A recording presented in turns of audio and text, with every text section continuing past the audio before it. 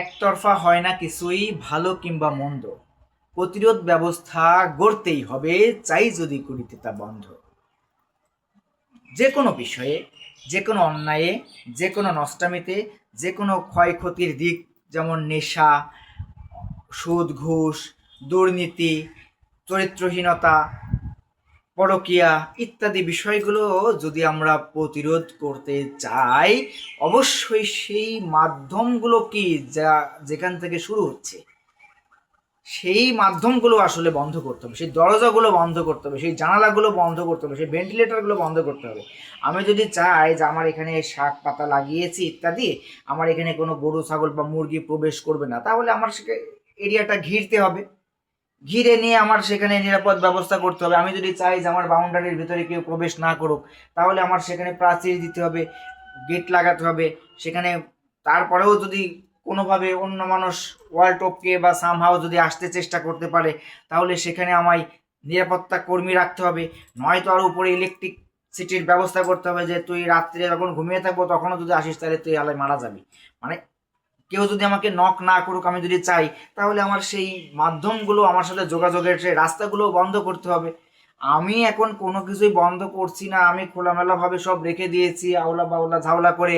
আবার আমি বলছি যে না না, আমার প্রজেক্টে কেউ আসবি না, কেউ আসবি না, আমার প্রজেক্টে আসলে কিন্তু একেবারে মনে করেন যে এই হবে সেই হবে ইত্যাদি, গুলি করে দিব প্রথম কথা তো হ্যাঁ, আমার প্রজেক্টে যদি কেউ আসে অন্যায় অবিচার করে, নিয়ম নীতি বহির্ভূতভাবে আমার প্রজেক্টে যদি কেউ প্রবেশ করে, অবশ্যই তার প্রতি আমি আইনি ব্যবস্থা নেব। কিন্তু প্রথম কথা হলো আমাকে তো সেই ব্যবস্থাগুলো করতে হবে।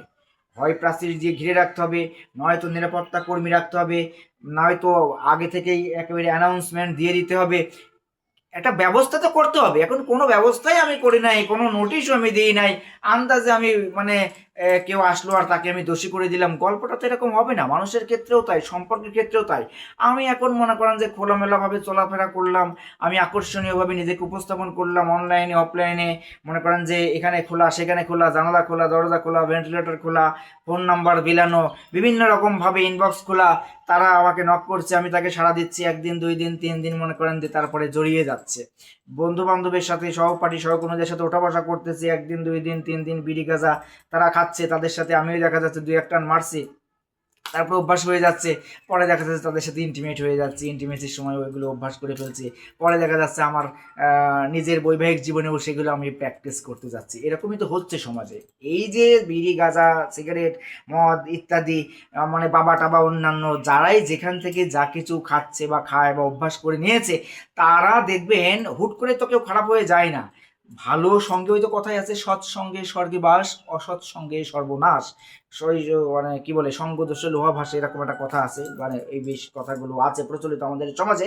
তবে আমরা যদি ভালো সঙ্গে মিশি বা ভালো মানুষের সাথে কথা বলি, আমাদের যে সঙ্গ করতেই হবে তা তো নয়। আমি তো ব্যক্তিগতভাবে কারোর সাথে মিশি না, কোনো প্রয়োজন ছাড়া কাউকে কখনো, জরুরি প্রয়োজন ছাড়া নেভার এভার আমার কোনো আত্মীয় স্বজনকেও আমি কোনো রকমভাবে কল করি না, আত্মীয় স্বজন বাড়ি যাইও না। ব্যাপারটা সবাই যে এরকম করবে ব্যাপারটা তা নয়।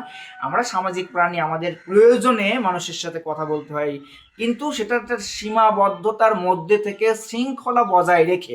আমি যদি শৃঙ্খলার শিকল ভেঙে একেবারে বেপরোয়া জীবনযাপন করি, বেপরোয়াভাবে অবাধ মেলামেশা করি ছেলে মেয়ে একসাথে, তাহলে তো সেখানে মনে করেন যে অন্যায় অবিচার হওয়াটা খুবই স্বাভাবিক, কারণ তাদের অভ্যাসটাই তো ওই রকম। আমি যদি ভালোভাবে ভালো মানুষের সাথে চলাফেরা করতাম, তাহলে হয়তো আমি ভালোভাবেই তাদের, আমি যদি এখন নামাজের সাথে চলি বা পরিচয় রাখি, আমার মন খারাপ হোক বা যাই হোক না হোক, আমি যদি নামাজ না পড়ি 2 দিন পর আমাকে বলবো যে চলো যাই নামাজ পড়তে যাই। যদি আমার দেখা যায় আমি খুব মন খারাপ হতাশায় পড়ে যাচ্ছি, তখন আমি যদি তাকে বলি যে আমার তো একটু খুব খারাপ লাগছে এসে, আমি বলবো চলো যাই নামাজ পড়তে যাই। এখন যদি আমি গাঁজা বিড়ি খাওয়া লোকজনের সাথে মানে পরিচয় রাখি, তাদের সাথে ওঠা বসা যদি নাও করি, তো এই যে তখন আমাকে বলবে যে চল চল যাই, একটু দুটান মার, একটু গাঁজা খাই, একটু বিড়ি খাই, চল একটু তোকে ফিটিং দিই, একটু সকেটে প্লাগ লাগাই, ভাল লাগবে দেখিস। এরকম ভাবে ছেলে মেয়ে কিন্তু নষ্ট হয়ে যাচ্ছে।